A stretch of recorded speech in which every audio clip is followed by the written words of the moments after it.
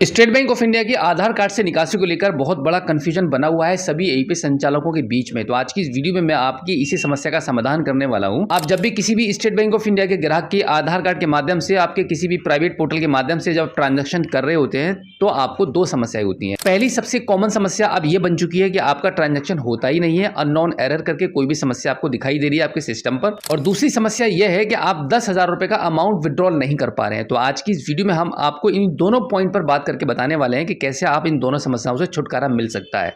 SBI ग्राहक का आधार card के माध्यम से विड्रॉल बंद हो जाना, इसका सबसे बड़ा रीजन है कि जितने भी स्टेट बैंक ऑफ इंडिया के ग्राहक हैं जो सिर्फ आधार कार्ड के माध्यम से पैसा निकाल रहे थे, पिछले एक साल में उन्होंने कभी भी एक ट्रांजैक्शन भी बैंक में जाकर नहीं किया है, ना तो उन्होंने एटीएम का यूज किया है, ना ही अपना यूपीआई का यूज किया है।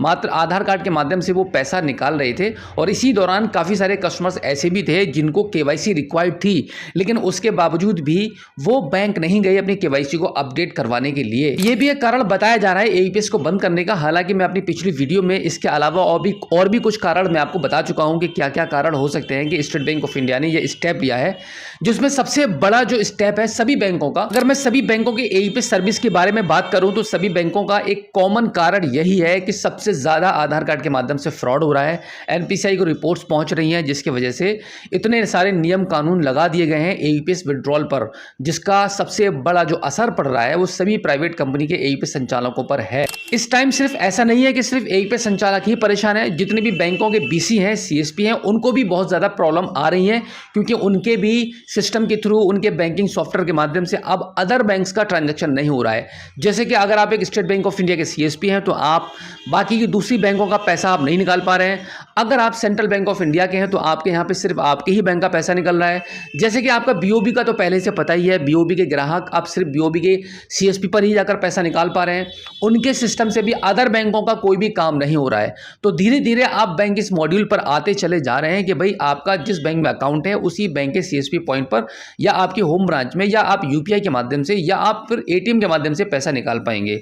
बाकी का जितने भी प्राइवेट पोर्टल्स हैं अब वो क्या करेंगे, उनको अब लिमिटेड छूट मिलेगी बहुत ज़्यादा। वो जिस तरीके से वो फैले हुए थे वैसे नहीं फैल पाएंगे और ना ही अपने बिजनेस को और ज़्यादा एक्सपेंड कर पाएंगे। लेकिन हाँ, प्राइवेट कंपनी के जितने भी पोर्टल चलाने वाले हैं वो एक चीज़ में सबसे ज़्यादा मास्टर रहेंगे और वो है मनी ट्रांसफर। मनी ट्रांसफर के अलावा भी बहुत सारी सर्विसेज हैं, जैसे बिल पेमेंट है, सीएमएस है, और भी बम्पर सर्विसेज हैं जिनका आप बहुत अच्छे से यूज़ करते रहेंगे और अच्छा पैसा कमाते रहेंगे। बट यहाँ पर आपको जो स्लो सर्विस मिलेगी वो आपके एईपीएस सेक्टर में मिलेगी। एईपीएस जो सेवा है आपकी वो उतनी अच्छी नहीं चल पाएगी जितनी कि पहले आपकी चल रही थी। बट इसका मतलब ये बिल्कुल भी नहीं है कि प्राइवेट कंपनियां मार्केट से बिल्कुल खत्म हो जाएंगी, आपके पोर्टल चलना बंद हो जाएंगे, ऐसा बिल्कुल भी नहीं है। एईपीएस धीरे धीरे चलता रहेगा बट उतनी स्पीड से नहीं चलेगा।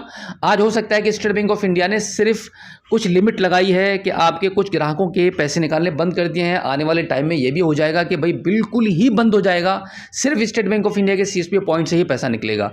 देखिए यहाँ पर सिर्फ एईपीएस वालों का ही बिजनेस नहीं घटा है, जितने भी बैंकों के सीएसपी हैं उनका भी बिजनेस घटा है, क्योंकि इससे पहले सभी बैंकों का काम उनके यहाँ पर भी हो पा रहा था उनकी बैंक के अलावा।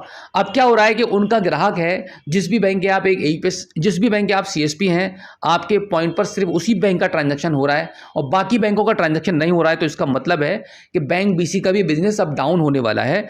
लेकिन अब उनका फायदा यह हो जाएगा कि जितने भी स्टेट बैंक ऑफ इंडिया के ग्राहक थे, जितने भी बैंक ऑफ बड़ौदा के ग्राहक थे, जितने भी दूसरे बैंकों के ग्राहक थे, वो अपने अपने सीएसपी पॉइंट पर जाएंगे और उसकी वजह से क्या होगा कि वहां पर जो स्टेट बैंक ऑफ इंडिया के एक दिन के अंदर ट्रांजैक्शन वो 20 कर रहे थे, अब उनके वहां पे 50 हो जाएंगे। तो इस वजह से हो सकता है कि थोड़ा थोड़ा सभी को इसको फायदा मिले। बट हाँ, शुरू में थोड़ा सा आपको नुकसान महसूस होगा, बट इसमें कोई भी चिंता करने वाली बात नहीं है। एक धंधा आपका नीचे जाता है तो दूसरा आपको उठाना होगा आपकी मेन इनकम को मेंटेन करने के लिए। तो यहाँ पर हम बात करते हैं कि स्टेट बैंक ऑफ इंडिया के जितने भी ग्राहक हैं उनका अगर आप 10,000 रुपए का बैलेंस नहीं निकाल पा रहे हैं तो फिर आपको 9,900 ही विड्रॉल करने होंगे, क्योंकि ऐसा बताया जा रहा है प्रैक्टिकली कि जब आप 100 रुपीज कम करके, 50 रुपए कम करके या 500 रुपए कम करके भर रहे हैं तो उनका विड्रॉल हो जा रहा है। तो इस प्रकार से आपका विड्रॉल होता रहेगा।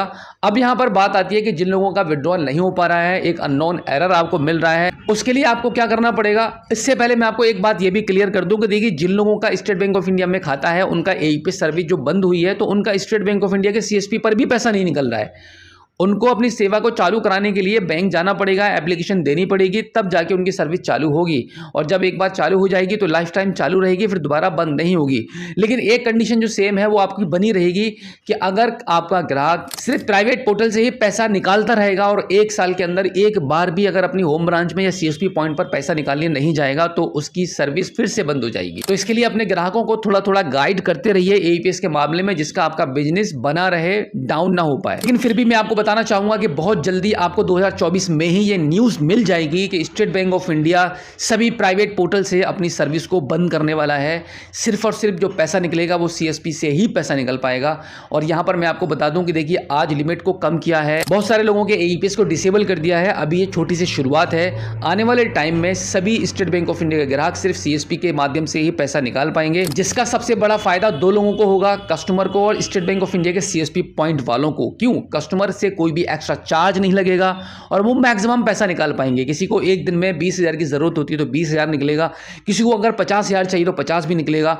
मैक्सिमम एक दिन के अंदर स्टेट बैंक ऑफ इंडिया के सीएसपी से स्टेट बैंक ऑफ इंडिया का ग्राहक 60,000 रुपए तक निकाल सकता है, सिर्फ आधार कार्ड से फिंगर लगाकर। तो इतनी बड़ी फैसिलिटी और सुविधा मिल रही है स्टेट बैंक ऑफ इंडिया के सीएसपी पर, तो वहां जाकर आपको अपना ट्रांजैक्शन कराना स्टार्ट कर देना होगा। और अब नेक्स्ट जो भी स्टेट बैंक ऑफ इंडिया की तरफ से अपडेट आएगी तो सबसे पहले आपको हमारे चैनल के थ्रू आपको जानकारी मिलेगी।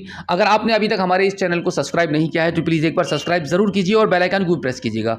तो चलिए दोस्तों, मिलते हैं आपसे किसी और एक अगली वीडियो में एक नई जानकारी के साथ, एक नई अपडेट के साथ और एक नए जोश के साथ। तब तक के लिए जय हिंद।